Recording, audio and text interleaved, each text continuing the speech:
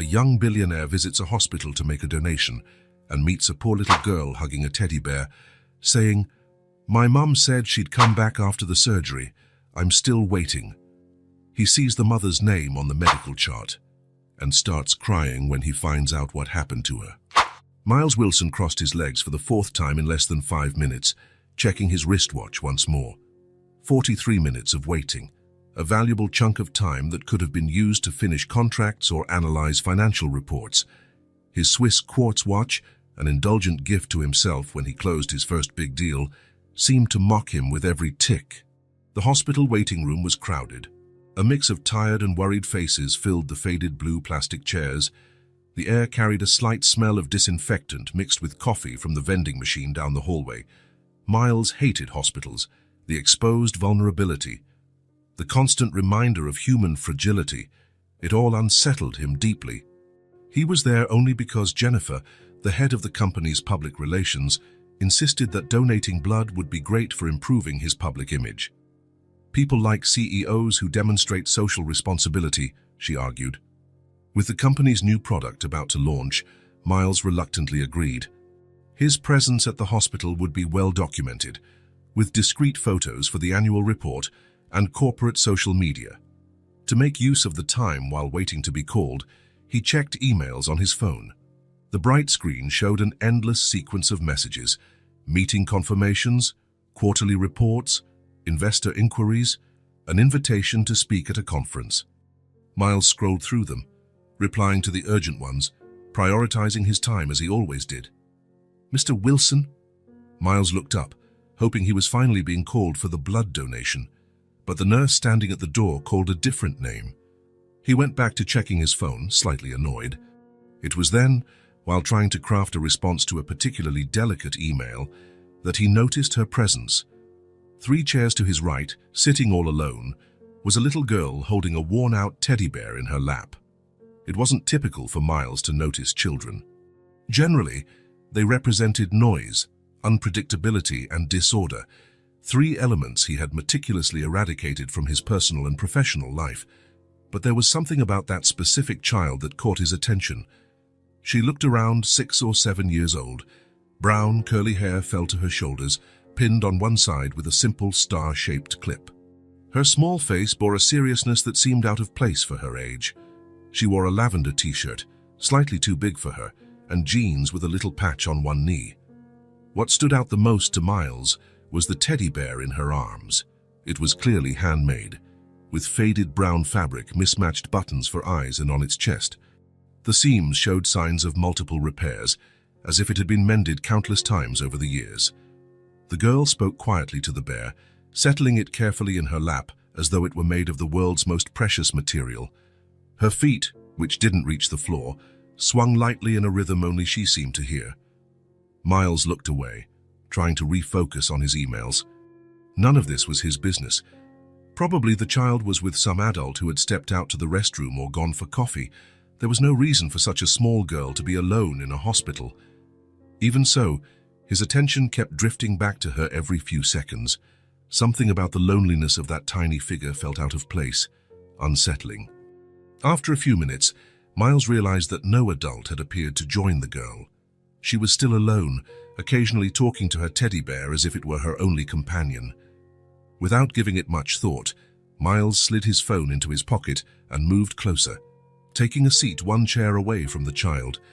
"Hi," he said, trying to sound casual. "That's an interesting teddy bear." The girl looked up, surprised that he had spoken to her, but she wasn't frightened. She had large brown eyes with a quiet kind of maturity Miles had never before seen in a child. "His name is Mr. Buttons," she replied, holding the teddy bear up a bit. "My mom made him for me. Mr. Buttons." "That's a good name," Miles commented, noticing more closely the different colored buttons that formed the bear's eyes and were sewn onto its chest. "Your mum is very talented." The girl nodded seriously. "She knows how to do a lot of things. She mends people's clothes and makes dresses too." "And where is she now?" Miles asked, glancing around as if he weren't really interested. That was when the girl's expression changed, a shadow briefly crossing her small face. She clutched the teddy bear tighter to her chest. Mom said she'd come back after the surgery. I'm still waiting. The simplicity of that statement, the raw vulnerability in a child's voice, struck Miles in a way he hadn't expected. Something in that moment, the little girl alone, the worn teddy bear, the oppressive silence of the hallway, triggered an almost physical response. A tightening in his chest, an uncomfortable feeling he couldn't name. "Have you been waiting a long time?" he asked, his voice coming out oddly soft. The girl shrugged, a gesture surprisingly adult-like. "A while." The sun was still out. Miles looked at the window. It was already dark. If the girl was correct, that meant she'd been there alone for at least 4 or 5 hours. "What's your name?" "Sophie," she answered, adjusting the worn-out ribbon around the bear's neck. "Sophie Carter." The last name didn't trigger an immediate reaction in Miles. Carter was common enough not to mean anything specific, but something about the entire situation left him uneasy. "I can see Mr. Buttons is really special to you," he commented. Sophie nodded. "He's been with me forever. When I'm scared, he helps me be brave." "Are you scared right now?" The girl hesitated, as if weighing how honest to be. "A little. Hospitals are kind of strange." "And it's taking a really long time." Miles nodded, feeling an unexpected empathy. "I agree with you. Hospitals are strange places." A nurse hurried past in the hallway, and Miles noticed how Sophie's eyes followed her hopefully, then dropped to the floor with slight disappointment. An uneasiness grew inside him, a small child, alone for hours, with no one checking on her. It didn't seem right. "Sophie, I'm going to ask at the reception about your mom, okay? Maybe they have some information." The girl looked up, a small spark of hope appearing on her face. "Can you do that? They never tell me anything because I'm a kid." "I'll try," Miles said, standing up, ending. He walked to the reception desk, where a middle-aged woman typed quickly on a computer. There was a short line, but Miles waited patiently, something unusual for his typical temperament.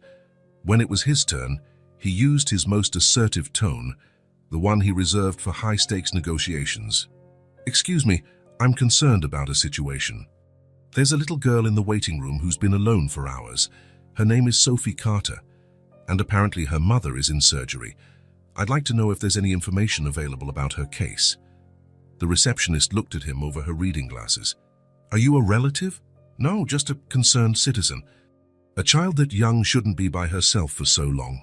The woman sighed, seeming tired. "I agree with you, but we have rules about patient confidentiality." Miles held her gaze. "I understand privacy regulations. I'm not asking for medical details. Just if anyone is aware that a child's been alone for hours." The receptionist seemed to consider the situation for a moment. She looked over at Sophie, who sat patiently with her teddy bear, and something in her expression softened. "Let me check," she finally said, typing something into the computer. "Carter. Carter. Oh, yes. Emergency case. A car ran off the road on Main Street and hit several pedestrians. She arrived earlier this afternoon." Miles nodded, trying not to show how much the word hit affected him. "And the little girl, is there any other adult responsible for her?" The receptionist continued reviewing the information on the screen. "No additional emergency contacts identified in the record, just mother and daughter." The situation was worse than Miles had imagined. A child completely on her own, while her mother fought for her life somewhere in this hospital. "May I see the medical chart? Maybe I can help locate a family member." The receptionist hesitated, clearly torn between following protocol and recognizing an exceptional situation. "Normally we wouldn't do this, but..." She glanced at Sophie again. "I'll show you only the basic information, nothing about her medical status, just so we can try to find any relatives." She pulled out a folder and opened it on the counter, turning it partially toward Miles. His eyes quickly scanned the information until they found the patient's full name, Emily Carter. The shock was immediate and visceral.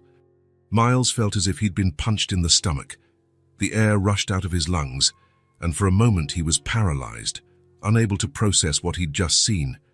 Emily Carter, his sister, the name he hadn't heard in over 10 years, the person he'd severed all ties with, determined to forge his own path. the sister he had left behind in the name of ambition and success. "Sir?"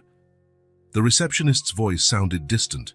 Miles tried to gather himself, but his mind was spinning. Emily was somewhere in that hospital, on an operating table, fighting for her life. And the little girl sitting alone in the waiting room, Sophie, was his niece. A niece whose existence he didn't even know about. "Are you all right, sir?" the receptionist pressed, clearly worried by his sudden pallor. "Yes, Emily Carter is my sister," he finally managed to say, his own voice sounding strange to him. "We haven't spoken in a long time. I didn't know." Now it was the receptionist's turn to be surprised. "Oh, then the girl is your niece. What a coincidence that you're here today of all days." Coincidence? Miles almost laughed at the irony. He was there solely for a staged corporate photo shoot disguised as a charitable act. Now he discovered that his sister, whom he hadn't spoken to in over a decade, was fighting for her life after a car lost control and hit her, and that his niece, whom he never knew he had, was sitting alone in the waiting room. "Yes, a coincidence?" he repeated mechanically. Miles looked over at Sophie, who was still talking quietly to her worn teddy bear. How had he not noticed before? Her curly hair, the shape of her eyes, they were Emily's. Now that he knew, the similarities were blatant, glaring. "What is her condition?" he asked, still trying to process the avalanche of information. "She's still in surgery. It's a serious case, but the medical team is excellent. As soon as we have news, we can let you know." Miles nodded, thanked the receptionist, and walked back to the waiting room, each step feeling like it required extraordinary effort. Sophie looked up hopefully when she saw him approaching. "Did you find out anything about my mom?" she asked in a small voice, clutching her teddy bear. Miles stopped a few steps away, suddenly unsure. What should he say? How to explain who he was, or rather, who he should have been but never was? "Your mother is still in surgery," he finally replied, taking the simplest path. "The doctors are taking good care of her." Sophie nodded, as if she'd expected that answer. "Mr. Buttons said it would take a while. He's wise about these things." Miles sat down again, this time closer. He studied Sophie up close, searching for more signs of Emily, trying to understand how his life had come to this point. How could he be so successful professionally, a CEO of a rising company, with a considerable fortune, yet so disconnected from what truly mattered? His phone vibrated in his pocket. Probably Jennifer asking about the photos of the blood donation, or maybe one of the investors impatient for answers, or his assistant reminding him of a meeting scheduled for that night. For the first time in years, Miles didn't bother to see who was calling. The message could wait. Everything could wait.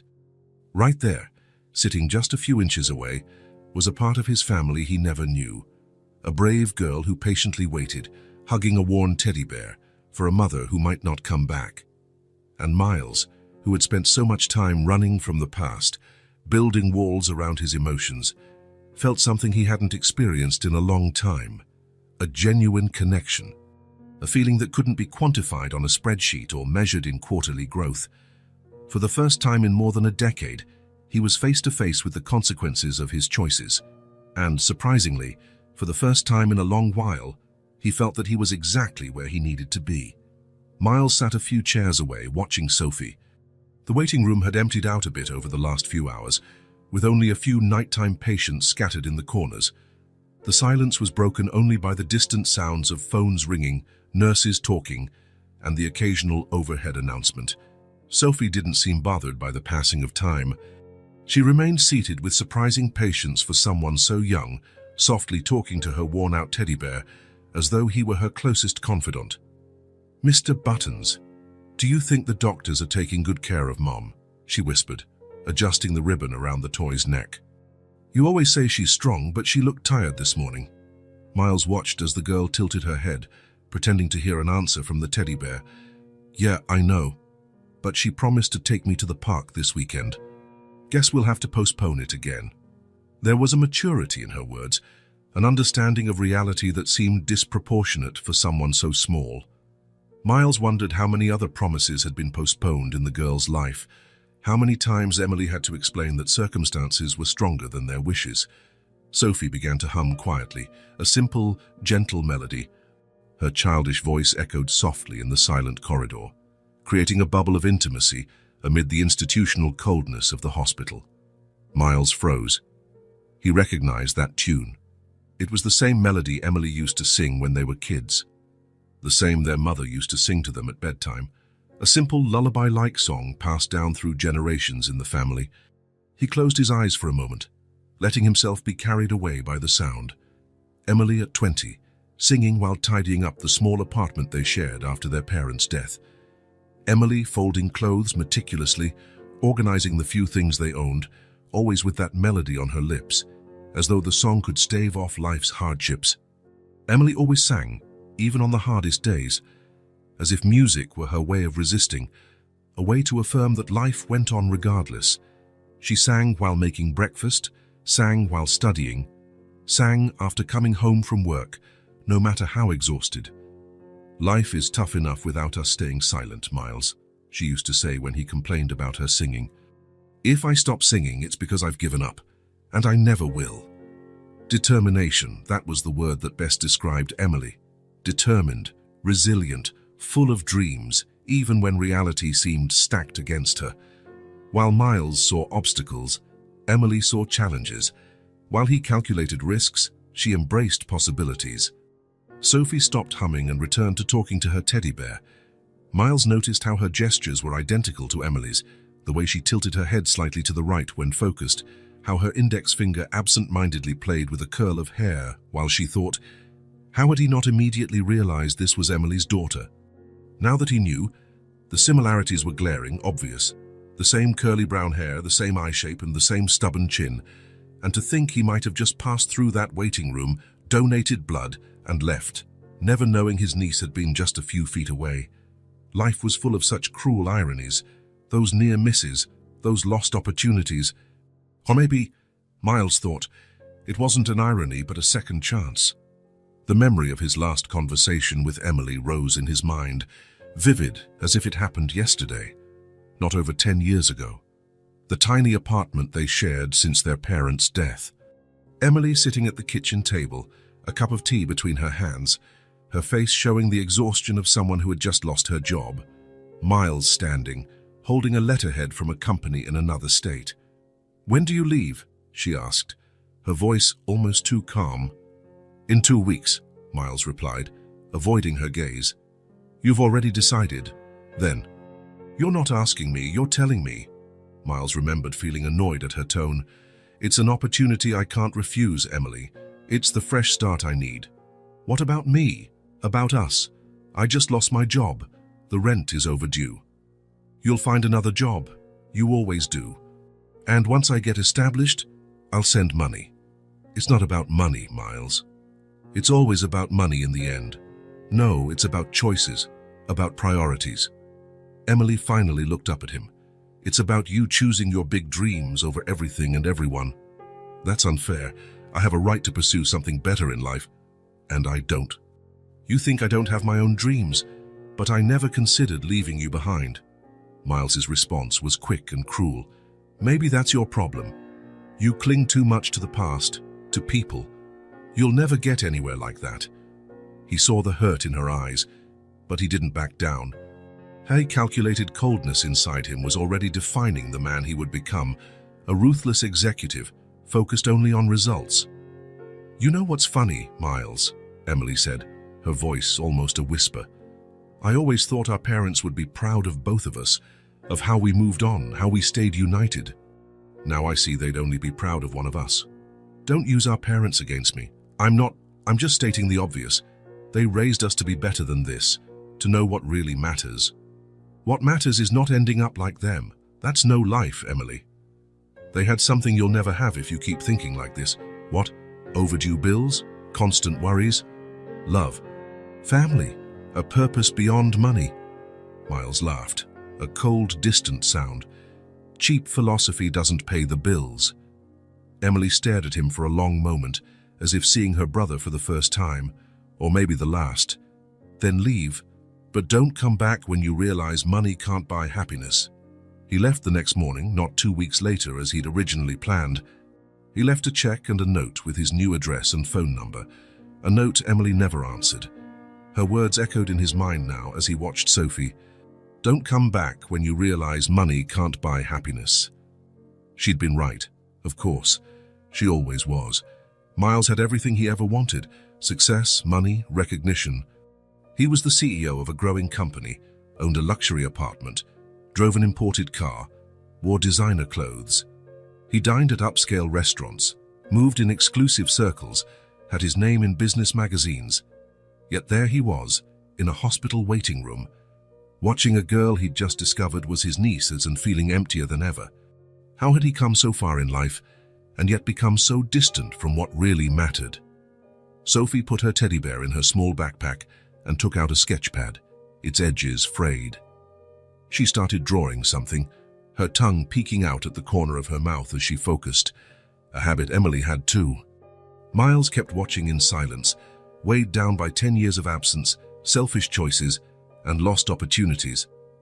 His phone vibrated in his pocket again, probably something work-related, a meeting, a contract, an urgent decision. Hours ago, he would have checked it immediately, putting business ahead of everything else. This time, he left the device where it was. Some messages could wait. Some priorities needed revisiting. Miles watched Sophie, lost in thought about time, choices, and second chances, about a determined sister who wouldn't give up, about a niece who waited patiently, about a worn-out teddy bear that told silent stories of love and perseverance, about how much one could lose while being busy winning everything one thought they wanted. A deep voice broke Miles's reverie. "Family of Emily Carter?" Miles sprang to his feet from where he'd been watching Sophie at a distance. A tall man with brown skin and Indian features, wearing a white coat over blue surgical scrubs, stood in the middle of the hallway. His face was tired, with deep circles under his eyes, carrying the seriousness of someone who spends hours fighting for people's lives. "Here," Miles responded, walking over quickly. The doctor sized him up with a quick glance. "And you are?" "Miles Wilson. I'm her brother." The words sounded strange on his tongue, like he was speaking a language he hadn't used in years. "And this is Sophie, her daughter, my niece." Sophie, who had noticed the commotion, approached timidly, squeezing Mr. Buttons against her chest. "Doctor, is my mum awake yet?" she asked softly, but firmly. The doctor crouched slightly, getting closer to her eye level. His austere face softened a bit. "Not yet, sweetheart. But we're taking very good care of her." He straightened up again, addressing Miles. "I'm Dr. Sharma, the surgeon in charge. May we speak in private for a moment?" Miles hesitated, looking at Sophie. "Don't worry. One of our nurses can stay with her for a few minutes," the doctor reassured him, gesturing to a young nurse who approached with a gentle smile. "Hi, Sophie. How about coming with me to see if we can find some juice or hot chocolate while your uncle talks to the doctor?" Sophie looked at Miles, as if seeking approval. That look, so trusting even though she'd just met him, made a wave of indescribable emotion wash over him. "It's okay. I'll meet you in a few minutes," he assured her, trying to sound more confident than he felt. While Sophie walked away hand in hand with the nurse, Dr. Sharma led Miles to a small empty consultation room, closing the door behind them. "Mr. Wilson, your sister was hit by a car that lost control on Main Street around 1:30 p.m. A witness reported that the driver jumped the curb and struck 3 pedestrians. Your sister was the most seriously injured." Miles felt his chest tighten, picturing the scene. Emily walking along, maybe thinking about her next sewing project or what to make for Sophie's dinner, when her life was violently interrupted by a car gone off track. "How is she?" he managed to ask.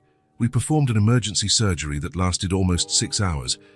There were multiple fractures and significant internal bleeding, and we had to remove her spleen, which was irreparably damaged," the doctor explained, with the professional objectivity that comes from years of facing daily tragedies. "We managed to stabilize her, but her condition is still delicate. The next 48 hours will be critical." Miles leaned against the wall, feeling his legs weaken. "Will she survive?"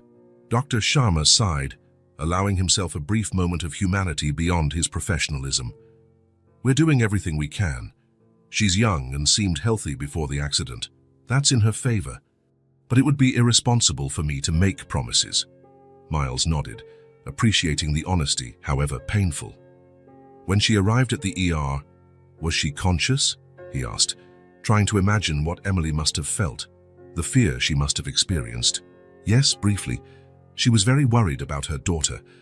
Apparently, they were together at the time of the accident, but the little girl wasn't hit. What did she say? The doctor quickly checked some notes on a clipboard. She asked us to find someone to stay with her daughter, mentioned there was no one else in town, no close relatives. Our social worker tried to contact some numbers we found in her purse, but with no success. Miles felt a pang of shame. If Emily said there was no one, it was because there truly was no one, not even a brother she could count on after so long. Did she say anything else before she was sedated? Dr. Sharma hesitated for a moment, as if deciding whether he should share that information. She only talked about her daughter, asked us to make sure Sophie was okay, that she wouldn't be left alone. She mentioned that if anything happened to her, there was a letter in a blue box in her bedroom closet. That was all done before she lost consciousness. Miles closed his eyes for a moment. Emily's final concern wasn't for herself, her pain or her fate, but for Sophie. Even on the brink of unconsciousness, her last thought was for her child. "Can I see her?" Miles asked, his voice slightly trembling. "She's in the ICU, sedated and intubated. Visits are restricted, but I can authorize a brief visit given the circumstances. Just a few minutes." Miles nodded in gratitude. "And the girl, Sophie's been waiting for hours. Normally, children aren't allowed in the ICU, but perhaps we can make an exception and let her see her mom through the glass, just to give her a bit of reassurance." After that, the doctor let the sentence trail off, giving Miles a meaningful look. "I'll take her," Miles stated without hesitation, surprising even himself with the firmness in his voice. "I'm her uncle. I'll take care of Sophie while Emily recovers." Dr. Sharma looked relieved. "I'm glad to hear that. The girl's been here all day and it's no place for a child." As they exited the consultation room, they found Sophie sitting in a chair in the hallway, holding a cup of hot chocolate in her small hands. Mr. Buttons was carefully placed beside her. "How was your talk with the doctor?" she asked with a seriousness beyond her years. "Is Mom going to get better soon?" Miles sat next to her, searching for words that were truthful but not frightening. "Your mom is resting now. The doctors did surgery to help her get better. It'll take time, but they're taking very good care of her." Sophie nodded, as though she fully grasped the gravity of the situation. "Can I see her?" "Dr. Sharma said we can see her briefly through a window. She's asleep right now with special medicine, so she won't feel pain, and there are some machines helping her breathe." The girl bit her lip, hesitating. She'll be scared if she wakes up and I'm not there. The simplicity of her worry tightened Miles's throat. Sophie wasn't worried about herself, where she'd sleep or what she'd eat, but about how her mother would feel. "We'll leave a note with the nurses, so when she wakes up, she'll know exactly where you are and that you're okay." Miles took Sophie to the ICU, where they could see Emily through a glass panel. Miles almost didn't recognize his sister. Her face was pale, with bruises starting to turn dark. Tubes and wires connected her to various machines beeping and flashing. Sophie stood quietly, watching. She didn't cry, didn't ask questions. She just held Mr. Buttons a little tighter. "She looks so still," she finally said. "The medicine is helping her rest so she can get better faster," Miles explained, feeling awkward and unprepared for the situation. After a few minutes, Dr. Sharma respectfully indicated it was time to go. Miles noted Sophie hadn't eaten anything since arriving at the hospital, and it was already past 9 at night. "Sophie, you must be hungry. How about we go get something to eat?" The girl didn't answer right away, her eyes still on her unmoving mother. "We can come back early tomorrow to check on her," Miles promised. "Dr. Sharma will look after her in the meantime." Finally, Sophie nodded, although reluctantly. Miles guided her out of the hospital, surprised at how easily she placed her small hand in his, trusting him completely, despite only having known him for a few hours. The weight of that innocent trust hit him hard. He wouldn't let this child down.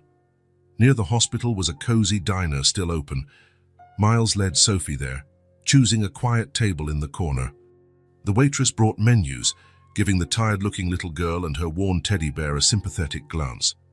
"What would you like to eat?" Miles asked, realizing he had no idea what kids her age usually ate. "Can I have anything?" Sophie asked, her eyes scanning the menu with interest. "Sure. Then I want pancakes with chocolate syrup," she decided after careful consideration. "Mom only makes pancakes on special days." "Pancakes it is," Miles agreed, ordering himself a coffee, though he had no appetite. While they waited, Miles noticed a toy store across the street, still open despite the late hour. "Wait here a minute. I'll be right back, okay?" Sophie nodded, talking quietly to Mr. Buttons while she waited. Miles crossed the street and entered the store. He picked out a new teddy bear, soft and fancy, with a shiny red ribbon around its neck, quite the opposite of Mr. Buttons, which was worn and patched. After paying him, he returned to the diner where Sophie's pancakes had already arrived. "I brought you something," he said, handing her the store package. Sophie opened it carefully, revealing the new bear. She gave a polite smile and thanked him, but set the new toy aside and held Mr. Buttons even closer. "He's pretty, but Mr. Buttons is my real friend. Mom made him for me when I was born." Miles nodded, realizing his mistake. Of course, a fancy bear from a store couldn't replace something made with a mother's love. Once again, he had thought money could solve a problem that was actually about connection, about meaning. As Sophie ate her pancakes, Miles watched her, noticing every little mannerism that reminded him of Emily. The way she wrinkled her nose slightly when she smiled, how she tilted her head when she was thinking. It was like seeing his sister reflected in a smaller form. That was when Miles made a decision. Watching Sophie with chocolate at the corner of her mouth, fully focused on her pancakes, he knew it was time for the truth. He took a deep breath and said, "I know your mom. Actually, I'm her brother. I'm your uncle." Sophie paused, surprised. The fork hung in midair as she processed the information. "Really? You're Mom's brother? Then, why haven't you ever looked for us?" The question, direct and innocent, hit Miles like a punch. There was no way to soften the truth, nor any reason to try.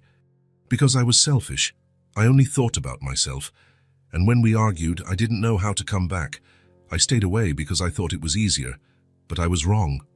Sophie put the fork down, studying Miles's face as if searching for something specific in him. "Mom has a picture of you. It's really old. You two are smiling. She kept a picture of me." Miles couldn't hide his surprise. Sophie nodded.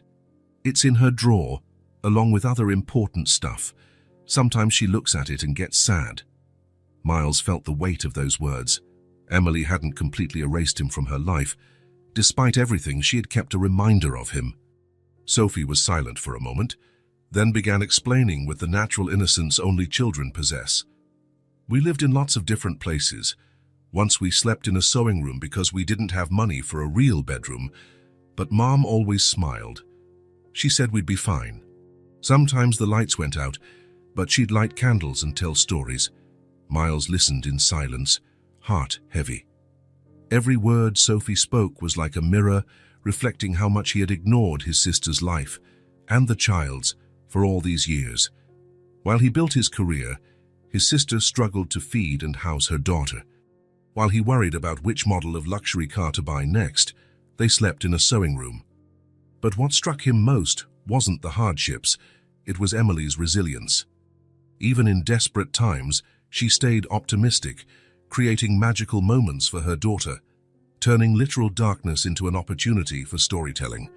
Emily had always been that way, even when they were kids, finding beauty in the simple things, creating something out of nothing, transforming difficulties into lessons. Miles had forgotten that part of her, or maybe chosen not to remember, because it made him question his own life choices. "Your mom's always been like that, strong. Creative," he said, voice choked with emotion. "When we were younger, she could make amazing toys out of things other people would throw away. Like Mr. Buttons." Sophie raised the teddy, showing the different colored buttons that made up its eyes and were sewn around its body. "Each button has a story. This green one was from Grandpa's jacket. The red one was from the first dress Mom sewed by herself." Miles reached out and gently touched one of the golden buttons on the teddy's belly. "What about this one?" Sophie smiled. a smile that brightened her tired face. "Mom said it was from one of your shirts, the one you gave her before you left." A distant memory came to Miles. So a dark blue shirt with small golden buttons that had belonged to their dad for special occasions, later passed on to Miles when he grew. He'd left it for Emily when he moved away, along with other clothes that wouldn't fit in his single suitcase. The fact that Emily had kept that button all those years and sewn it onto Sophie's most treasured toy spoke volumes about how, despite everything, he still had a place in their lives. Miles held Sophie's small hand more firmly, feeling a determination grow within him. He couldn't change the past, couldn't erase 10 years of absence, but he could be present now when they needed him most. Overcome by emotion and the situation, he decided he wouldn't let Sophie spend another night in the hospital, waiting on an uncomfortable chair among strangers. "Why don't we stay at my place tonight? You can have a hot bath, something good to eat, and I'll bring you back early to see your mom." Sophie hesitated, looking at Mr. Buttons as if seeking his advice. "What do you think?" she asked the teddy, placing it near her ear as if listening for an answer. After a moment, she nodded solemnly. "Mr. Buttons says it's okay, as long as we come back really early tomorrow. He doesn't want Mum to wake up worried if I'm not there." "I promise we'll be here first thing," Miles vowed, feeling the responsibility of that pledge weigh on him. It was the first promise he'd ever made to his niece, and he intended to keep it, no matter what. As he paid the check, Miles watched Sophie carefully tuck Mr. Buttons into her small backpack, leaving just the bear's head sticking out so he could breathe. The fancy new teddy bear lay forgotten on the table. Some lessons, Miles thought, were painfully obvious when viewed through the eyes of a child. The worth of something wasn't in its price tag, but in the stories it held, the connections it represented. It was a lesson he needed 10 years, and a tragic accident, to finally begin learning. The private elevator opened directly into the entry hall of Miles's apartment. Sophie, holding tightly to her newly discovered uncle's hand, took a hesitant step inside, her eyes wide as though she'd just entered a fairy tale castle. "You live here alone?" she asked, her voice low, almost reverent. Miles nodded, gazing at his own apartment through Sophie's eyes. Suddenly, the place looked different even to him. The spacious living room with double-height ceilings featured minimalist decor in shades of grey and white, with occasional black accents. Italian designer furniture, abstract sculptures strategically placed, and an entire wall of glass offering a panoramic view of the city lights, everything meticulously chosen by a famous interior designer to impress and showcase status. Sophie let go of his hand and wandered around slowly, gingerly touching the cold surface of a marble coffee table as though she were afraid of breaking it. "It's so big," she commented, looking upward. "And so shiny." Miles had never thought of his apartment as shiny, but he understood what she meant. The recessed ceiling lights, the carefully placed track lighting highlighting works of art, the city's reflection in the polished surfaces, it all created an almost ethereal, impersonal atmosphere. Sophie dashed over to the glass wall, pressing her small hands against the transparent surface. "Look, Mr. Buttons. It feels like we're flying," she exclaimed to the teddy bear, which she held tightly in her other hand. "You can see the whole city from here." Miles joined her, viewing the city from a new perspective. The building lights, the tiny cars moving below, the night sky dotted with faint stars competing against the urban glow. It was truly beautiful, he realized. When was the last time he had truly stopped to admire the view from his own apartment? "Come on, I'll show you where you'll sleep," he said, guiding Sophie down the hallway that led to the bedrooms. He opened the door to the guest room, a space rarely used and decorated in the same sober and impersonal style as the rest of the apartment. The king-size bed looked enormous compared to Sophie's small figure. "Is this bed just for me?" she asked, incredulous. "Yes, unless Mr. Buttons needs space too," Miles tried to joke, still feeling awkward in the role of uncle. Sophie giggled, a bright sound that echoed oddly in the usually silent space. "He sleeps with me. He doesn't need much space. We're good at sharing, right, Mr. Buttons?" Miles noticed Sophie's clothes, rumpled and dirty from the long day at the hospital. "How about a bath before bed? You must be tired." Sophie nodded, following him to the ensuite bathroom. Miles opened the door, revealing a large, luxurious space dominated by an oversized bathtub, separate from the rainfall-style shower. Sophie's eyes grew even wider. Is that a real bathtub, like in magazines? Miles felt a pang in his chest. You've never taken a bath in a tub. Sophie shook her head, still marveling. We only ever had showers, and sometimes not even that, she answered with the frankness children have. In our last apartment, the shower broke all the time. Mom used to heat water on the stove and we'd bathe with cups. Miles was momentarily speechless, imagining Emily, his sister, who grew up with him, heating water on a stove to give her daughter a bath. Meanwhile, he had a luxurious jacuzzi tub he rarely used. Well, let's fill it up then. You can even have bubbles if you want. Sophie's face lit up at the prospect. While the tub filled, Miles realized another issue. He had no children's clothes or suitable bath products. He took out his phone and made a quick call to an assistant, explaining the emergency situation and requesting an immediate delivery of clothes and basic items for a little girl. Meanwhile, Sophie was fascinated by the water jets and the bubbles forming in the tub. She kicked off her worn shoes and dipped a hand into the water to test the temperature, giggling at the sensation. I'll leave you to it. The towels are over there.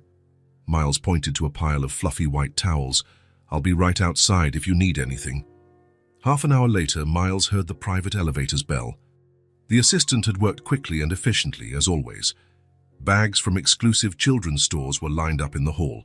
Pajamas, clothes for the next day, hygiene products, even a few books and simple toys.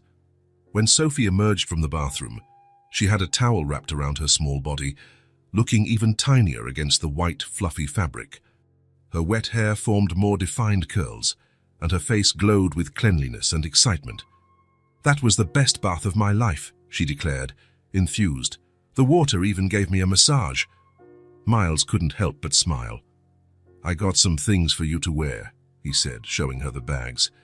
You can pick whatever you like. Sophie's eyes widened at all the choices.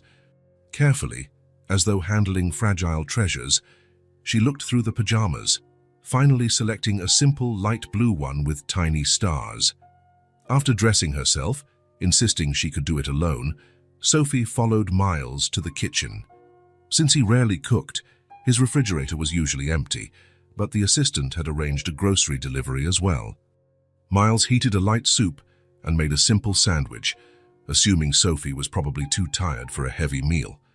As they ate at the sleek stainless steel kitchen island, Miles noticed Sophie tasted each spoonful with special attention, as if taking in new flavors. This soup tastes different, she commented. I can't explain it. It's asparagus soup, Miles said. Have you ever tried it? Sophie shook her head. But it's good. Strange, but good.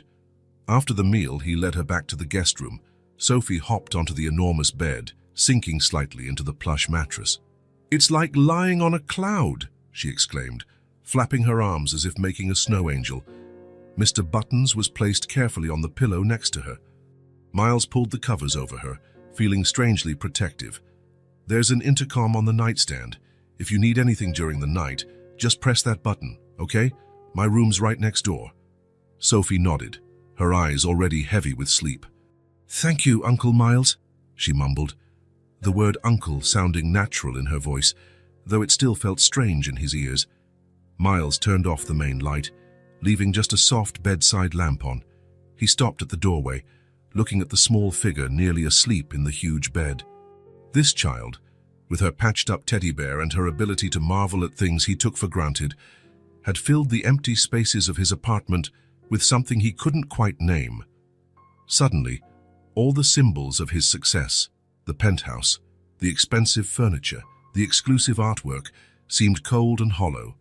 For years, he'd built an impressive set piece, but without real life inside it.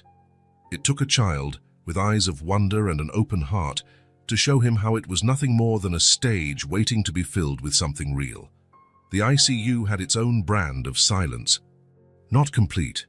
There was the steady beep of monitors, the gentle hum of machines, the occasional whisper of nurses exchanging information, but there was a particular quality to that silence, as if the outside world had been paused, as if time in there followed different rules. Miles sat in the chair beside Emily's bed. It was his fourth consecutive day visiting his sister at the same hour. The doctors had chosen to keep her sedated longer, giving her body the chance to recover from the severe trauma. Under the fluorescent lights of the ICU, Emily looked different, paler, more fragile. The bruises on her face had shifted color, going from deep purple to a greenish yellow at the edges. There were still tubes, providing breathing assistance, feeding, monitoring, each one a reminder of how hard she was fighting to stay in this world. Miles studied her face for a long time. He could see hints of the girl he'd known, the teenager he'd left behind. But there were new lines too. Small wrinkles at the corners of her eyes, a firmness in her jawline that hadn't been there before. The face of a woman who'd faced life alone, raised a daughter without support, had no luxury to falter. "I brought some flowers," he said quietly, knowing she couldn't hear him. "Yellow roses. You always liked those." He placed the small vase on the table beside her, positioning it so it would be in her line of sight if she opened her eyes. "Sophie's doing fine. Don't worry about her," he went on, voice a bit stronger. "She's staying with me. She's an amazing kid, Emily. You've done a wonderful job." The only sound in reply was the steady beeping of her heart monitor. Miles sighed, running a hand through his hair. It was strange how he felt more comfortable talking now that Emily couldn't respond. Maybe because he didn't have to face the judgment in her eyes, the decades worth of hurt. "I've been thinking a lot. About my choices. About everything, really." He paused as if to organize his thoughts. "I built exactly the life I always wanted. The company is growing. I have recognition, money, connections. The penthouse view I would have killed for back when we were younger." Miles glanced at Emily's chest, rising and falling imperceptibly with the help of the machines. "You know what's funny? I realized I've never invited anyone over for dinner. I have no real friends, only contacts, clients, investors." A nurse walked in silently, checking vitals and adjusting a monitor. Miles waited for her to leave before continuing. "Sophie asked me yesterday why all the photos in my apartment are of buildings or landscapes, why I don't have any pictures of people." I didn't know what to say.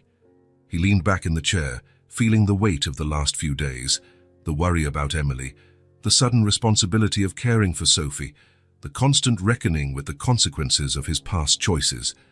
"I guess I built a prison for myself, Emily. A beautiful, expensive, impressive prison, but still a prison." The clock on the wall ticked by in silent precision. Miles had a meeting in 2 hours, but he couldn't bring himself to leave yet. There was something about the stillness of that room, the presence of his unmoving sister, that seemed to demand more from him, as though each visit were a kind of confession. "Sophie drew something last night. She draws a lot. Did you know she has talent just like you?" He smiled faintly, recalling how Emily used to draw when they were kids, even if she had to use the margins of old newspapers when she ran out of paper. She drew the two of us, her and me, holding hands, laughing.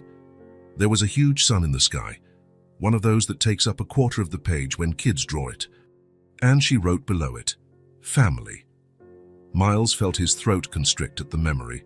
Family. Such a simple word. I used to think I didn't need it, you know? Thought I could replace it with success, achievements. I was wrong. Out in the hallway, someone passed by pushing a cart. The wheel's sound on the vinyl floor was quickly absorbed by the special hush of this place. She calls me Uncle Miles now, like she's always done so, with no hesitation, with a trust I don't deserve. He shifted in the chair, leaning forward slightly toward Emily. "Yesterday she asked if she could teach me how to make pasta the way you do. She said it's the best pasta in the world, but maybe I could learn the basics." He smiled at the thought.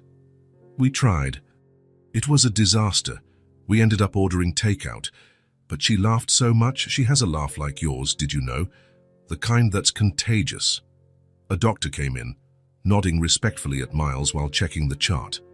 He made a few notes, then left as quietly as he'd arrived. "They're gradually reducing your sedation, the doctors say. They'll try to wake you up soon."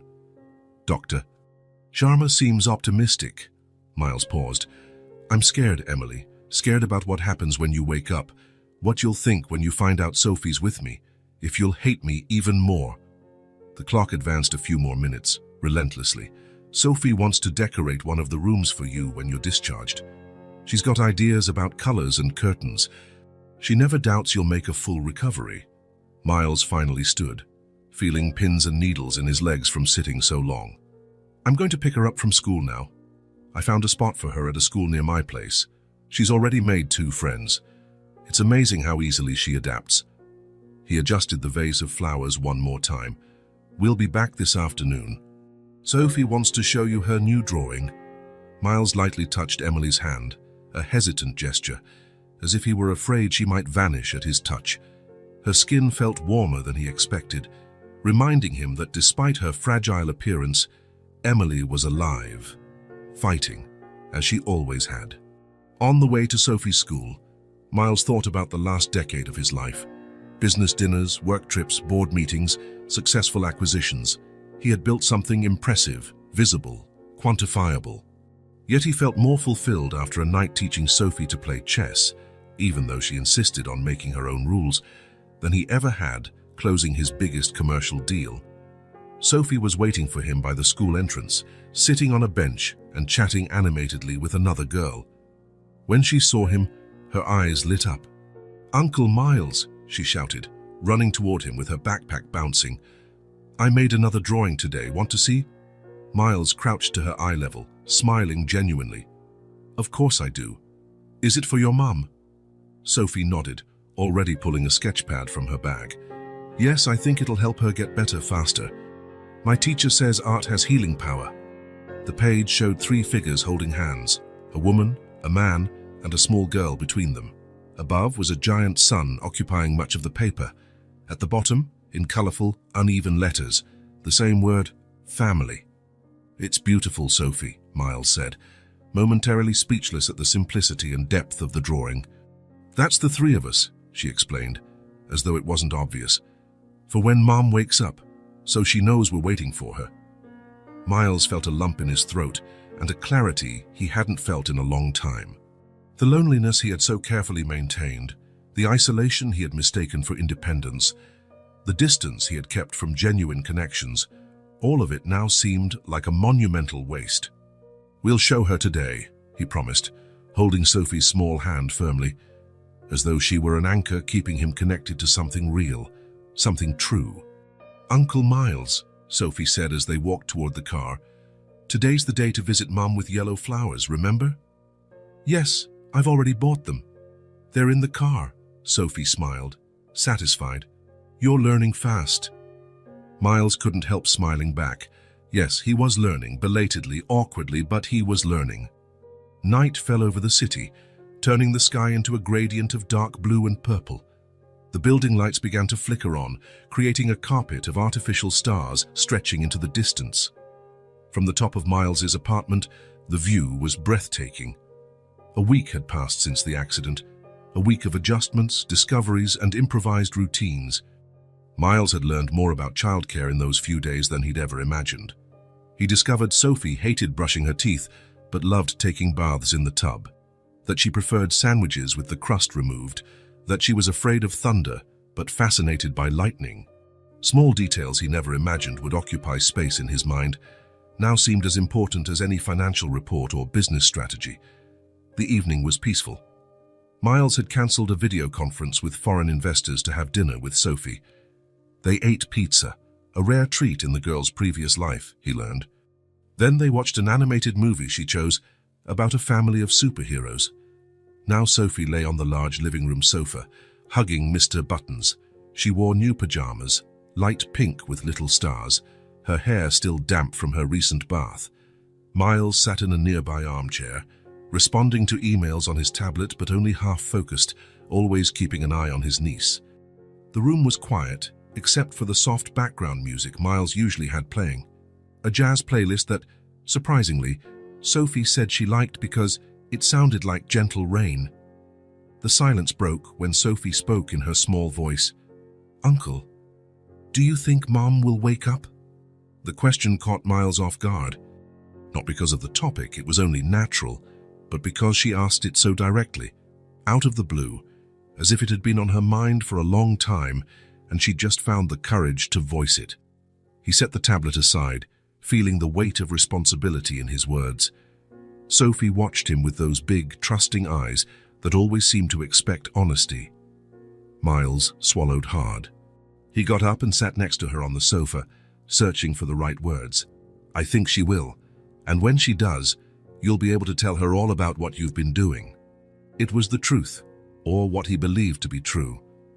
The doctors were gradually reducing Emily's sedation. Her vital signs had stabilized. There was reason to be cautiously optimistic. Sophie's smile was small but genuine, not fully erasing the worry in her eyes, yet still showing a real spark of hope.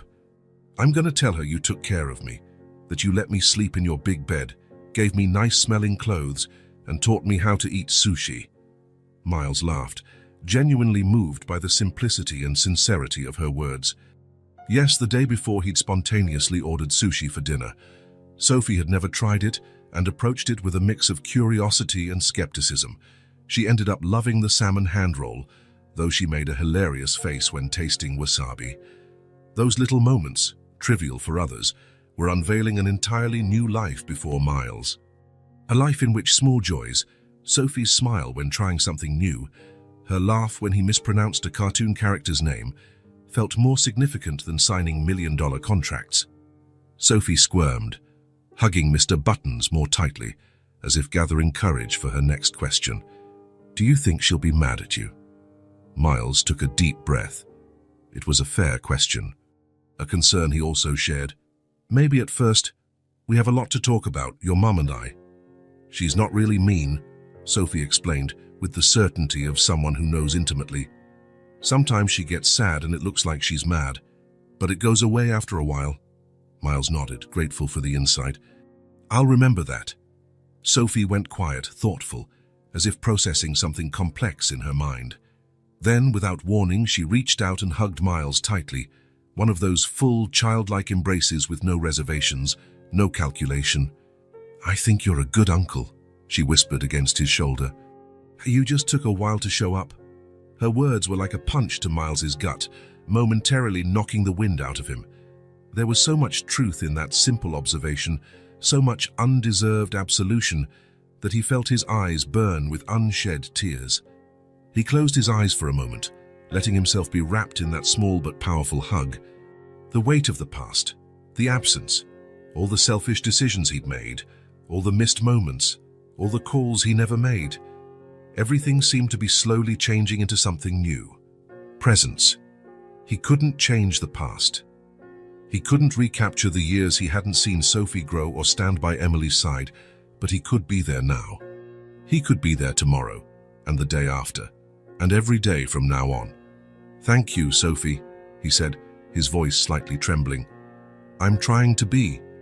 She pulled back and looked at him seriously, as if assessing how genuine he was. "You are. Mr. Buttons agrees with me," she stated, lifting the teddy bear as undeniable proof. "And he knows a lot of grown-ups, so he knows what he's talking about." Miles laughed, discreetly wiping the corner of his eyes. "Well, if Mr. Buttons says so, it must be true." Sophie yawned, exhaustion finally outweighing the seemingly boundless energy she'd had all day. "I think someone's ready for bed," Miles suggested, getting up and holding out his hand. "Just 5 more minutes," Sophie pleaded, using that universal kid tactic to delay bedtime. 5 minutes, Miles agreed, knowing it would probably turn into 10 or 15. He discovered he had a hard time denying Sophie's reasonable requests. They sat in silence a bit longer, gazing at the illuminated city through the glass wall. It was like looking at a personal universe, full of life, movement, and possibility. "When Mom comes to live here, she'll like the view," Sophie said matter-of-factly, as though it were already decided. Miles didn't correct her assumption. Instead, he allowed himself, for just a moment, to imagine how that might be. Emily recuperated, the 3 of them together, not necessarily in that sterile penthouse he called home, but somewhere they could truly call home. "I think she'll like it too," he finally answered. Sophie yawned again, more deeply this time, and Miles realized the negotiated 5 minutes were up. Gently, he lifted her, still surprised at how light she was, and carried her to her room. "Can we visit Mom earlier tomorrow? she asked sleepily, resting her head on his shoulder. Sure, right after breakfast. He placed her in bed, tucked her in, and arranged Mr. Buttons beside her. Sophie was almost asleep but managed a small "Good night, Uncle Miles" before her eyes finally closed. "Good night, Sophie," he replied, dimming the lamp to the soft glow she preferred. He lingered at the door a moment, watching the small figure asleep in that big bed. He thought about how in just a week his life had been completely reconfigured. His apartment, once just a place to pass through, now had drawings on the fridge. His immaculate bathroom now had rubber ducks in the bathtub. His meticulously structured routine now included school pickups, homework, and bedtime stories. The most surprising thing was how none of it felt like a burden or a sacrifice. Instead, it felt as if he were finally living his own life rather than just managing it. Presence, not just existence. Maybe that was what he'd been seeking all these years without even knowing it. Morning arrived quietly at the hospital, the first rays of sunlight filtering through partially drawn blinds. The room was calm, with only the rhythmic sound of the monitors breaking the silence. Emily Carter had been in the ICU for 2 weeks. Over the last 3 days, the medical team had gradually reduced her sedation, waiting for signs that she could regain consciousness. Emily's first sensation was discomfort, a dryness in her throat, a distant ache softened by what she assumed were painkillers. Her eyelids felt as heavy as lead. The effort to open them felt monumental, like scaling a steep mountain without gear. But something stronger than physical discomfort pushed her toward the surface of awareness. A maternal instinct, a visceral need to know where her daughter was. Sophie. Where was Sophie? Her last clear memory was the accident, the screech of tires on the road, the feeling of being tossed, the impact. Then disjointed fragments, faces hovering over her, bright lights, urgent voices, her own voice, weak but determined, asking about Sophie. Then darkness. With tremendous effort, Emily finally opened her eyes. Even the soft light felt painfully intense. She blinked a few times, trying to adjust her vision. The white ceiling, the pale walls, the antiseptic smell. She was definitely in a hospital. She moved her head slightly, feeling a spike of pain. That's when she saw them.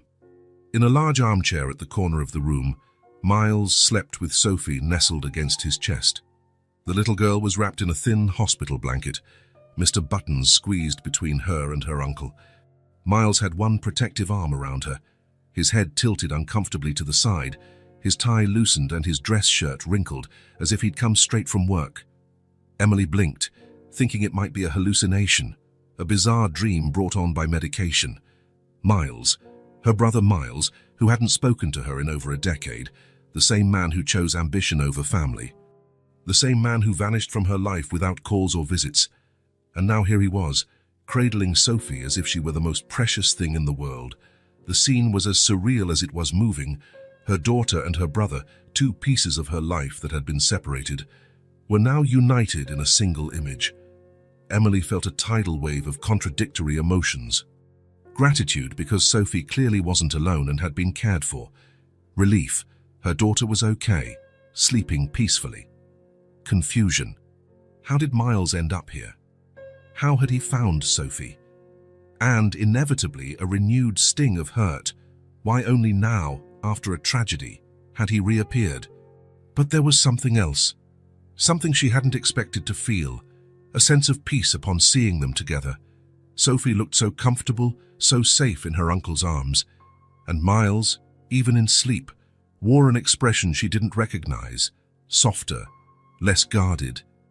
Emily tried to move again, but felt sharp pain in various parts of her body.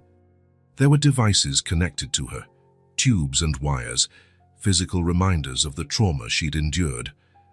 A monitor to her right beeped more rapidly as she shifted. The slightly altered sound was enough to wake Miles. He opened his eyes slowly, adjusting to the light, trying not to move too much and disturb Sophie. Then his gaze met Emily's. The impact was immediate. Miles's eyes went wide, his body suddenly rigid. For an instant it felt like time froze between them. 10 years of silence, 10 years of distance, 10 years of unspoken words, all suspended in that single moment of recognition. Emily observed him, now noticing details she'd missed on first glance. The tension lines around his eyes, the first grey hairs at his temples, the obvious fatigue on his face. Miles looked older, but not just from the passage of time. There was a heaviness in his expression, a depth that hadn't been there before. No one spoke. They didn't have to. The look they exchanged held everything: the pain of the past, the confusion of the present, the uncertainty of the future. But there was also something Emily never expected, a silent request for forgiveness. Carefully, Miles adjusted Sophie in the armchair so he could stand without waking her. He walked over to the bed, his steps tentative, as though afraid Emily might vanish at any moment. He stopped beside her, looking down at his sister with an expression Emily had never seen in him before. Vulnerable, exposed, without the defenses he'd always used. Still silent, Miles reached out his hand, a tentative, almost shy gesture. He paused halfway, as if suddenly unsure if he had the right to touch her. Emily looked at his outstretched hand. Despite the pain, the confusion, the 1,000 questions swirling in her mind, she felt something undeniable. This was her brother, the same boy who defended her on the school playground, the same teenager who helped her with math at night, the same young adult who held her hand at their parents' funeral. Before he was the man who abandoned her, he'd been her brother, her protector, her family. With monumental effort, Emily moved her own hand toward his. The motion was slow, painful. Each inch of victory over the tubes, over her weakness, over the years of resentment. Their fingers touched, a light, almost imperceptible contact, yet loaded with meaning. Still wordless, Miles intertwined his fingers with hers, careful not to disturb the medical equipment. His hand was warm, firm, anchored in reality, while Emily still felt she was floating between levels of consciousness. The contact broke something inside Miles. Emily saw him swallow hard, saw his eyes grow moist with unshed tears. He had never been one to cry, even as a child. Always the strong one, always controlled. To see him like this, on the verge of an emotional breakdown, was as surreal as the whole situation. Sophie stirred in the armchair, mumbling something unintelligible in her sleep and hugging Mr. Buttons tighter. The sound broke the moment, drawing them back to the present reality. Miles glanced at Sophie, then back at Emily, as if suddenly remembering all the explanations he owed her. Emily gave his hand a gentle squeeze, about all she could manage in her weakened state. It was a gesture that said, "Later. There will be time for that later." He seemed to understand, nodding almost imperceptibly. The silence between them shifted. It was no longer the silence of 10 years apart, but a shared silence, one almost intimate, a silence that spoke of acknowledgement, of understanding, of a bridge slowly being rebuilt. Emily felt fatigue pulling her under once more, her eyelids growing heavy. Even that brief interaction had drained her limited energy.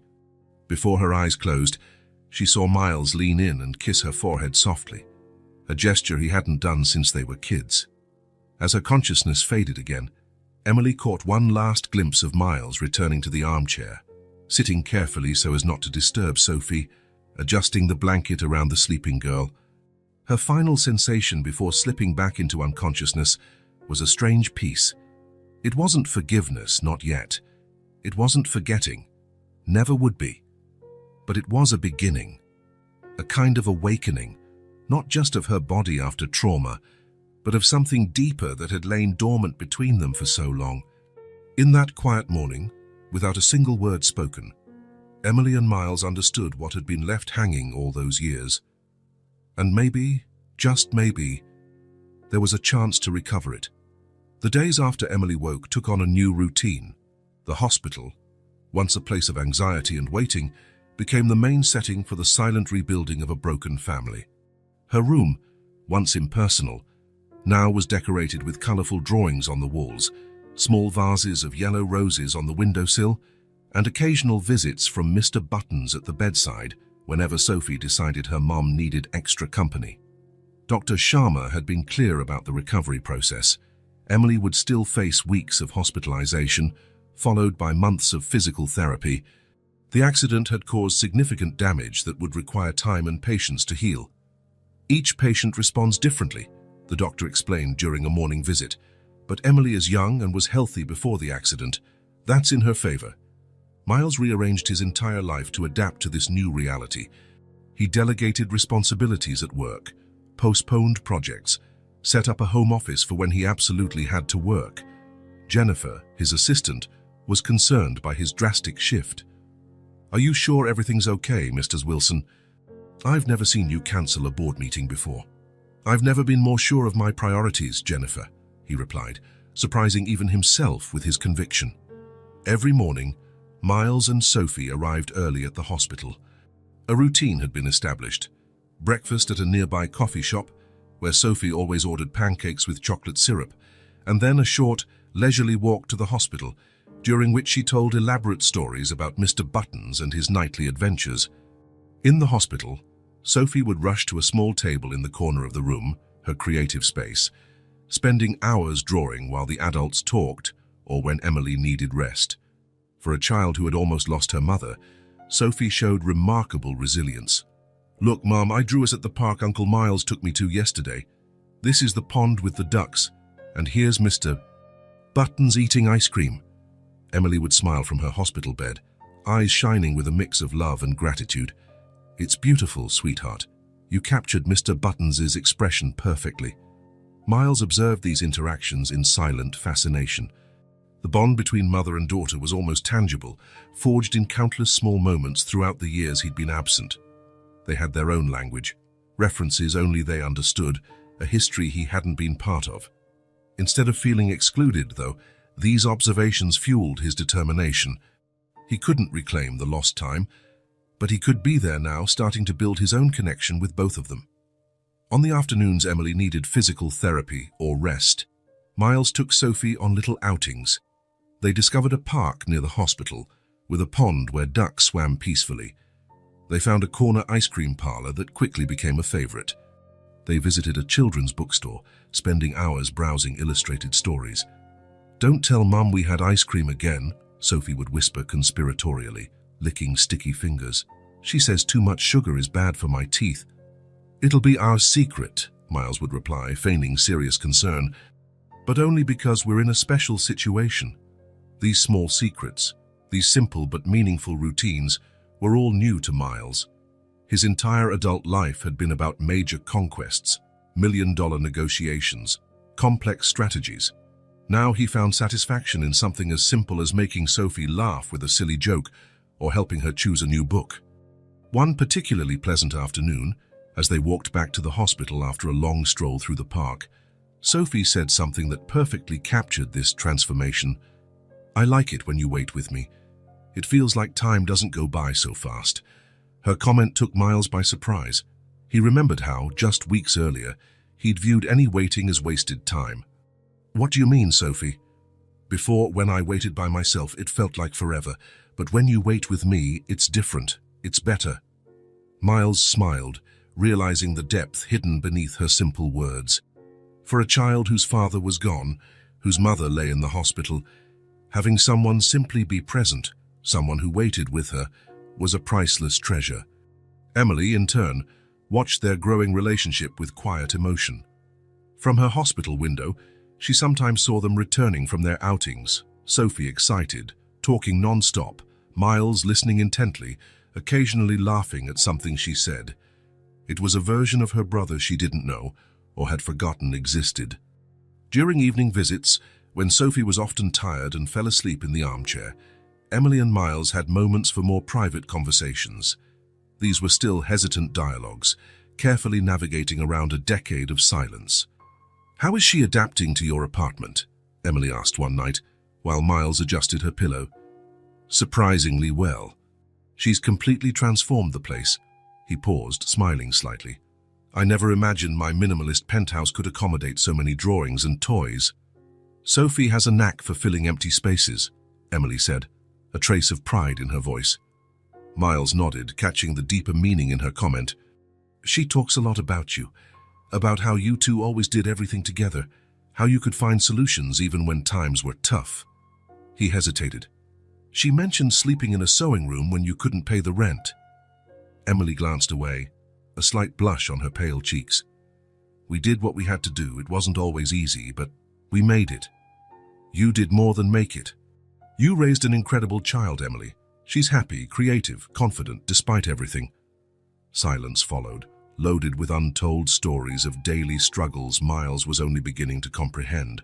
Moved by a feeling that had been building in him for days, he bowed his head and finally said, I want to take care of you both now. No matter what happened before, I promise I'm never going to leave you two again. I know I can't erase the past, but I can be here from now on. He took a deep breath, speaking in a softer tone, almost a whisper. I didn't know how to come back. And now that I'm here, everything seems clear. I left you behind, but I want to try. I want to fix what I can. The words hung in the air, vulnerable in their sincerity. Emily looked at her brother, the powerful businessman now laid bare, stripped of the layers of protection he'd spent years building. Slowly, she reached out and touched his hand. You don't have to promise anything. Just stay. The simplicity of that request carried a depth they both understood. It wasn't about grand vows or elaborate guarantees for the future. It was about now, about presence, about choosing to stay when it would be easier to leave again. At that moment, Sophie roused from her nap in the armchair. Sensing a special moment, she pulled a new drawing from her backpack and came over to the bed. Wordlessly, she sat between Miles and Emily, occupying the space that had been empty for so long. Naturally, she took each of their hands and said, with the wisdom only a child can have, now you can play together again. That innocent observation, so simple yet so profound, brought tears to Emily's eyes. Miles gently squeezed Sophie's small hand, finding in it a strength he hadn't realized he needed. The days flowed with a renewed sense of purpose. Emily's condition improved steadily. Finally, 3 weeks after the accident, Dr. Sharma came into the room wearing a subtle smile. I have good news. I think we can discharge you tomorrow. Sophie let out a joyful squeal, jumping from the chair where she was drawing. Miles felt a wave of relief so profound he had to sit down. The doctors, however, raised his hand to signal caution. But there's still a long road ahead. You'll need regular physical therapy, rest, and strict medication. And you'll need someone with you at all times, at least for the first few weeks. Before Emily could voice her concerns, Miles spoke up. She'll stay with me. I have space. I can work from home. And I've already hired a nurse for the times I need to step out. Later, while the final discharge papers were being processed and Sophie had gone with a nurse, Miles sat on the edge of Emily's bed, holding her hand firmly. I want you both to live with me, at least until you recover, and after that too, if you'd like. That place is too big for just me, and too small without you. Emily studied her brother's face, looking for any sign of hesitation or fleeting guilt. She saw only sincerity. Are you sure, Miles? Your life will change completely. My life's already changed completely. And for the first time in a long while, it feels absolutely right. Emily hesitated for only a moment before nodding. It wasn't just about practicality and the need for care. It was a choice of reconciliation, a willingness to believe that new beginnings were possible. The next day, under a surprisingly clear sky, Emily left the hospital in a wheelchair, still fragile, her body visibly weakened, but with a shy smile lighting up her face. Sophie bounced along beside her, holding Mr. Buttons and constantly checking that her mum was comfortable. Miles pushed the wheelchair carefully, mindful of every bump in the path. For the first time in many years, the three walked together like a family. Not a perfect or unscarred family, but a real one, rebuilding itself. At the apartment, Emily looked on in awe at the spaciousness, the elegant furniture, the panoramic view Sophie had described many times. But what truly moved her was seeing her daughter run freely from room to room, safe and happy, as though she already belonged there. In the days that followed, a new routine took shape. Miles tried, sometimes awkwardly, to learn the rhythms of his sister and niece. He found out Emily preferred tea over coffee in the morning, that Sophie needed help tying her shoes, but insisted on choosing her own clothes, that both enjoyed reading before bed, He messed up frequently, forgot medications, made meals Emily couldn't yet digest, got the school schedule mixed up, but he didn't give up. Every mistake was a lesson, every small success a victory. Miles outfitted the guest room for Emily with adaptations for her recovery and turned one of the spare rooms into a little art space for Sophie. The once impeccably organized and impersonal apartment now had drawings on the fridge, toys occasionally left on the sofa, and photographs starting to fill previously empty frames. In the evenings, the three of them ate dinner together. It was different from Miles's solitary meals or the rushed dinners Emily and Sophie used to have between work shifts and homework. There was real conversation, laughter, comfortable silences.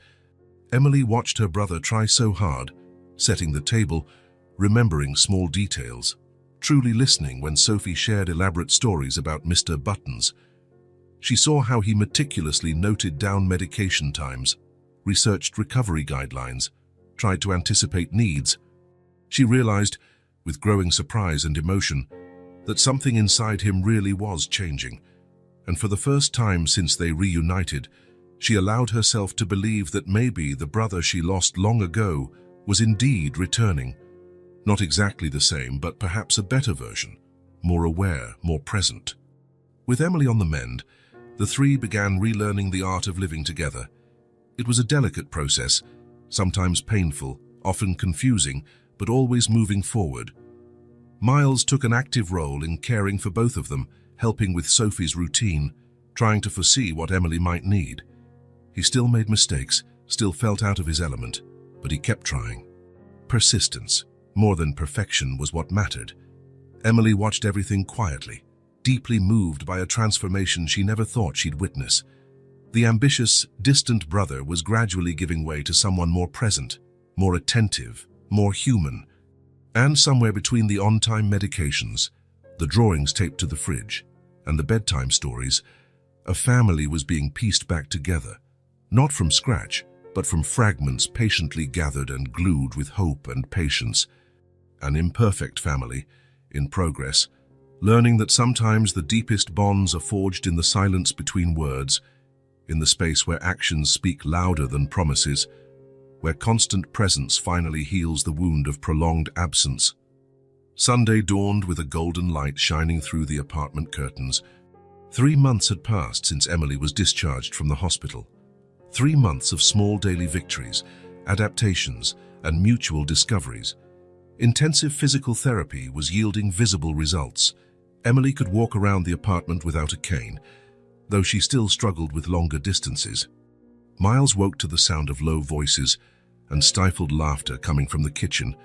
He checked the clock, just after 7 in the morning.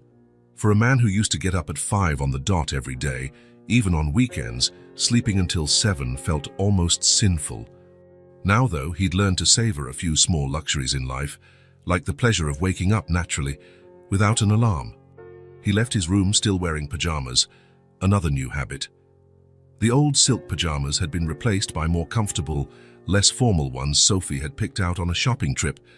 "Nobody wears such serious pajamas, Uncle Miles," she declared with the authority of someone who knows all about it. Approaching the kitchen, he heard more laughter and the clatter of utensils. He paused in the doorway to watch unseen for a moment. Sophie stood on a step stool by the stove, a large spoon in one hand and a pancake griddle in the other. Emily, seated on a nearby chair, supervised with amused attention. Mr. Buttons occupied a special spot on the counter, wearing a makeshift apron made from a napkin. "You have to flip it now, real quick," Sophie insisted, fully focused. "When the little bubbles show up, Mum always says it's time to flip." "Be careful not to burn yourself," Emily warned gently, smiling at her daughter's seriousness. Sophie bit her lip in concentration and tried to flip the pancake, but she didn't have enough force.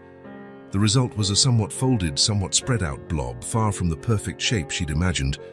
"Hoops," she muttered, glancing at her mom with a mix of disappointment and humor. "That's perfect for a first pancake," Emily assured her. "Nobody gets it right on the first try. Remember my story about the pancake that stuck to the ceiling?" Sophie giggled, nodding enthusiastically. "That was when we lived in the yellow apartment. You said the pancake was so scared it tried to run away to the sky." Miles couldn't help smiling as he listened. These little stories mother and daughter shared, these glimpses into a life he hadn't been part of, once made him feel bittersweet. Now, though, he found himself simply grateful he could at least hear about those moments. "Good morning," he finally said, stepping into the kitchen. "From the smells and sounds, I'm guessing we're having a special breakfast." "Uncle Miles," Sophie exclaimed, nearly dropping the spoon. "We're making surprise pancakes for you." But now it's not a surprise anymore. "Technically, it's still a surprise because I haven't tasted them yet," Miles answered diplomatically. "Do you want to learn how to make them too?" Sophie offered, eyes bright with excitement. "Mom says you were never that good in the kitchen, even when you were kids." Miles shot a questioning look at Emily, who shrugged with an innocent smile. "I might have mentioned you once tried to make a peanut butter and sardine sandwich to impress a neighbor," Emily explained. "In my defense, I was 9 and had limited culinary knowledge," Miles protested, approaching the stove. "And I'm absolutely willing to learn now. Teacher Sophie, I'm in your hands." Sophie beamed, delighted by the role reversal. Usually, she was the one learning from adults. Now she got to teach her uncle something, a clear source of pride. "First, you need an apron," she declared seriously. "Mum always says real cooks wear aprons." Miles looked around, seeing only Emily's floral apron hanging on a hook. Sophie followed his gaze and laughed. "You can wear mine," she offered generously, handing him a small blue apron decorated with cartoon dinosaurs wearing chef hats. It was obviously much too small, but Miles accepted it with all the solemnity the occasion demanded. "Perfect," he declared, fastening the tiny apron around his neck like an improvised tie. Emily couldn't suppress her laughter at the sight of the imposing businessman wearing a kid's dinosaur apron. "Now you have to prepare the batter," Sophie continued. "But we already did that while you were sleeping. It's really easy: eggs, milk, flour, a little sugar, and the secret ingredient." "What's the secret ingredient?" Miles asked with genuine curiosity. Sophie held a finger to her lips, glancing at her mom, who nodded permission. "Cinnamon," she whispered dramatically. "Just a tiny bit." "Makes all the difference." Paragraph 547 is intentionally left blank as no text was given in the source. Please continue to paragraph 548.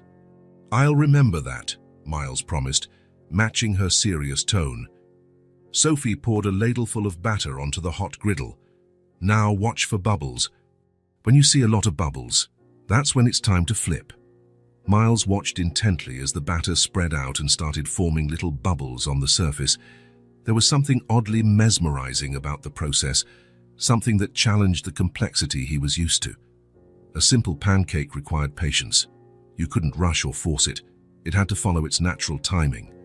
"I think it's ready to flip," Sophie announced after a few moments. Miles picked up the spatula, uncertain. "I'm sure I'll mess this up." "Everyone messes up the first times," Sophie said, with the wisdom of her few years. "It's okay. We can make more."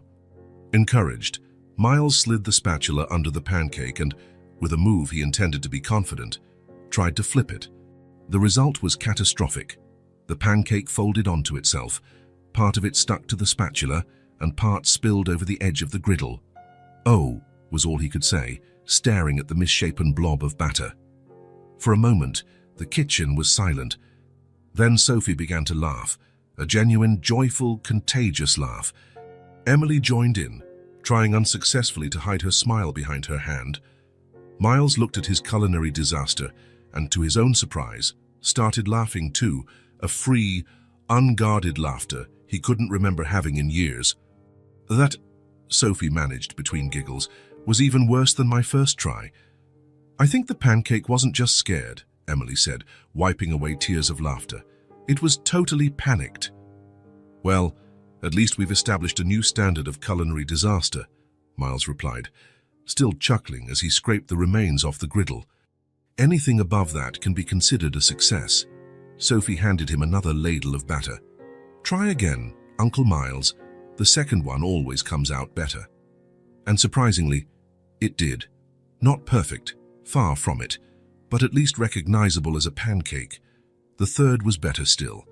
And by about the fifth attempt, Miles was making pancakes that were reasonably round and golden. "I'm impressed," Emily said. watching the growing stack of pancakes on the plate in the center of the table. For someone who once tried making coffee with cold water, that's significant progress. I was 12, maybe, Miles protested as he flipped another pancake with increasing confidence. And in my defense, no one told me the water needed to be hot. Wait, seriously, Sophie asked, wide-eyed. Uncle Miles didn't know how to make coffee. Your uncle had many talents, Emily explained, sharing a teasing look with Miles. Math, chess, convincing people to do things for him, but cooking definitely wasn't one of them. Until now, Miles added, feeling exaggerated pride as he slid a perfectly round pancake onto the plate. Sophie's a wonderful teacher. The little girl beamed with pride. Mum taught me everything. She's the best cook ever. Emily smiled, touched by her daughter's compliment. She looked at the pair in the kitchen, Miles still wearing the tiny apron, Sophie on her step stool directing the operation with authority, and felt a wave of emotion she couldn't immediately name. It wasn't just happiness, though happiness was part of it. It was something deeper, more substantial, safety, that was it. For the first time in a long time, maybe since their parents died, Emily felt like she didn't have to be strong alone. There was someone else to share the burden, to help carry responsibilities. Someone else Sophie could rely on. They're ready, Sophie declared, eyeing the tall stack of pancakes with satisfaction. Now we need chocolate syrup, butter and strawberries. I think we have all of that, Miles confirmed, opening the fridge. Since Emily and Sophie had moved in, the once nearly empty refrigerator now held a remarkable variety of foods, another small sign of how life had changed. They sat around the kitchen table, a recent purchase made specifically because Emily casually mentioned she'd always dreamed of a large wooden table for family meals. Miles had ordered one the next day, custom made by a local woodworker. Who wants the first taste? Sophie asked, watching anxiously as Miles and Emily served themselves. I think the honor should go to our new chef, Emily suggested, looking at her brother. Miles cut a generous slice of pancake, covered in chocolate syrup and topped with a strawberry. As he tasted it, his eyebrows rose in genuine surprise. This is really good, he announced. No need to fake enthusiasm. See? I told you the secret was the cinnamon, Sophie exclaimed, helping herself to her own portion. Emily took a bite too and nodded approvingly. I think we've found our official Sunday pancake chef. As they ate, they talked about the coming week's plans. Emily had a job interview on Monday, a position as a seamstress at a bridal atelier. Initially, she worried she wasn't ready to work yet, but Miles and Sophie encouraged her. You can start part-time, Miles suggested, recalling their conversation as he reached for another pancake. The atelier seems flexible from what you've said. And I can stay here with Uncle Miles after school on the days you work, Sophie chimed in. He already knows how to make my favorite snack and everything. Emily smiled, grateful for their support. You're both right. I think I'm ready to try. By the way, Miles said casually, though clearly he'd been planning this moment. Speaking of interviews, I had an idea I wanted to discuss with you two. Emily raised an eyebrow. I'm listening. I've been thinking a lot about the future, about the three of us, about this apartment. Are you tired of us? Sophie asked directly, her face worried.